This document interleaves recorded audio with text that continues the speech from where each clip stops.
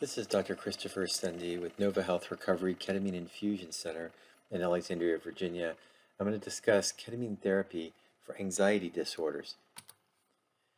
Now, the question is, does ketamine therapy work for anxiety disorders? Well, first of all, what is anxiety? We'll discuss generalized anxiety disorder, which is basically an excessive and inappropriate worrying that is persistent, lasting more than a few months and not restricted to a particular circumstance. And this is one of the disorders that we're referring to for ketamine therapies. Now, generalized anxiety patients will generally have physical anxiety symptoms, and there'll be some key psychological symptoms such as restlessness and fatigue, difficulty concentrating, irritability, and disturbed sleep, which are similar to depression, and the two co-occur together quite frequently. And we also know that general anxiety disorder is associated with phobias, specific fears, panic disorders, anxiety over health, and obsessive compulsive disorder. And also, we know that anxiety disorders are very common, with over 42 million adults, or 19% of the population, being affected, with more females being affected than males by like a 2-to-1 ratio. And about 5% of the population will eventually have an anxiety disorder. So the evidence does demonstrate that ketamine therapy can be used as a rapid, effective treatment for anxiety. It is a treatment, though, so it would require ongoing intervention with therapy with ketamine, and also additional treatments such as psychological interventions and sometimes other medications as well. Now, ketamine demonstrates rapid effects in obsessive compulsive disorder, generalized anxiety disorder, social anxiety disorder, treatment-resistant depression, and post-traumatic stress disorders. We've discussed some of these in other videos, but in this particular study by Paul Glue in 2017, basically there was demonstration of rapid onset of activity in treatment-resistant depression, OCD, and PTSD. Effectively with this study, they used 12 non-depressed patients with generalized anxiety disorder and social anxiety disorder patients, and used an ascending single-dose study design in which they used anywhere from 0.25 milligrams per kilogram, 0.5 milligram per kilogram, and 1 milligram per kilogram administered subcutaneously weekly. And they found that 10 of the 12 patients were treatment responders at that dose range between 0.5 to 1 milligram per kilogram. And they also found broad positive effects on negative emotional states. So this was, again, a small study, but demonstrating basically rapid effects on anxiety symptoms. Now, ketamine can also be used for maintenance therapy in anxiety. In this particular study by Laddie and colleagues in 2020 demonstrated effectiveness in the maintenance of anxiety disorders with periodic injections of ketamine. And what they did is they used a open-label, double-blinded, placebo-controlled study taking 24 patients who had received ascending subcutaneous doses of ketamine and responded in the past. And they were then put in a 3-month maintenance phase at 1 milligram per kilogram of ketamine dosed once or twice weekly.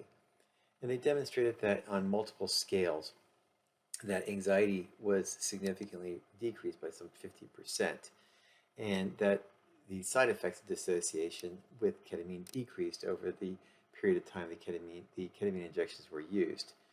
They found that there were also some anti-phobia effects with ketamine, and social anxiety also improved in most, and that's what we found also in our clinical interventions using ketamine.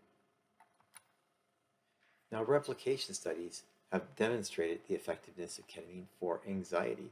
Another double-blind, psychoactive controlled ascending dose study used 12 patients with treatment-resistant generalized anxiety and social anxiety disorders. And this was a study by Glue and his colleagues in 2019. And it demonstrated that with ascending doses of ketamine administered weekly, controlled with a benzodiazepine called Versed or midazolam, that effectively improvements in anxiety ratings occurred within an hour of treatment, and these persisted up to a week later. And that basically individuals had a dose response profile for the anxiolytic effects, in which basically the higher doses seem to improve the person's anxiety symptoms. Now, ketamine does work for social anxiety as well, and this particular study by Taylor and colleagues in 2017 used a double-blind, randomized, placebo-controlled trial in 18 adults, and they compared the effects of IV ketamine at 0.5 milligrams per kilogram over 40 minutes, which is what we use for depression, and a placebo, and to see whether or not it affected social phobia symptoms. And they found that, yes, there was basically a greater reduction in anxiety with the ketamine use relative to placebo. And they used specific scales to report these outcomes. And they found that basically, relative to placebo, that individuals given ketamine had a higher chance of responding to these infusions relative to placebo, somewhere around 33% response with ketamine versus no response with placebo.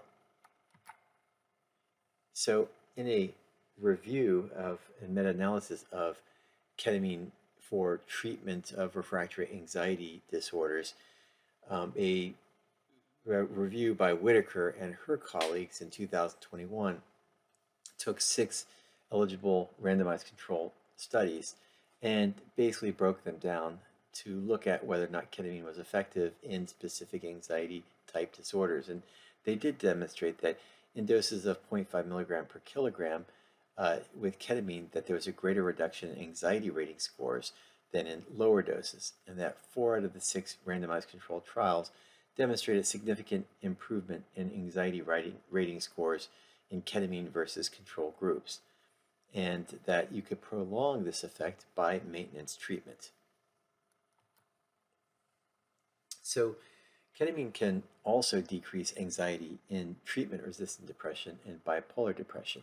A study by McIntyre and his colleagues in 2020 used 201 adults with treatment-resistant major depressive disorder or bipolar disorder who had symptoms of anxiety, irritability, and agitation measured with a specific rating scale.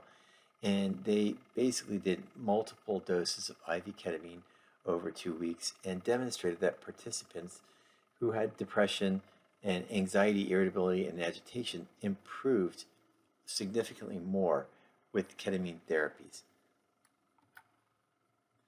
And the other question is, do baseline anxiety symptoms impact response to IV ketamine in treatment-resistant depression? Because again, anxiety frequently goes hand in hand with depression.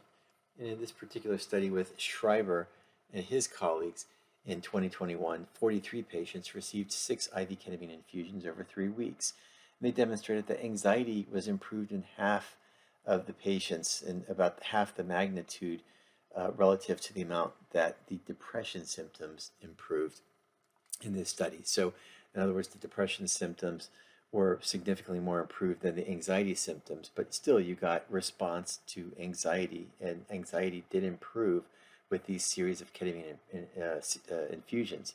And in the clinic as well, we noticed the same thing, that the depression scoring always improves faster than the anxiety side.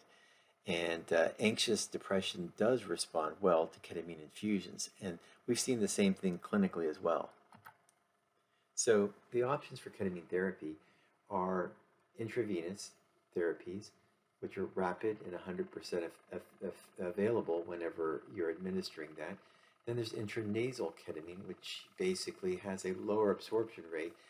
And then intramuscular or oral ketamine. And these can certainly be used for depression and anxiety, but the intravenous form is definitely the most effective in terms of it's 100% absorbed and it gets to the blood-brain barrier and gets to where it needs to go to be effective. Now, the treatment of depression or other mood disorders with ketamine can certainly improve anxiety. And so, again, by treating depression and mood disorders, you can improve anxiety. But ketamine, based on a lot of these studies, has demonstrated that it can improve anxiety alone, and it is effective as a maintenance treatment.